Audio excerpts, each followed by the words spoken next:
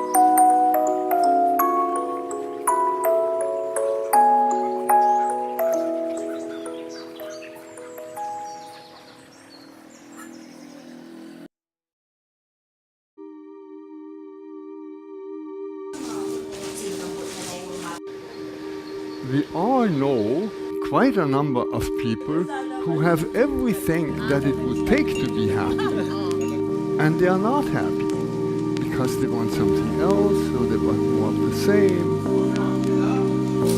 And we all know people who have lots of misfortune and they are deeply happy.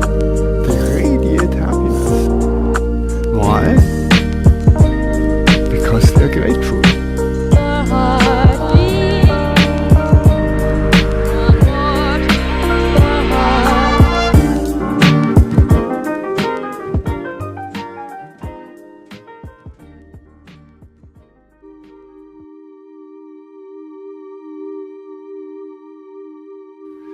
We all know quite a number of people who have everything that it would take to be happy, and they are not happy because they want something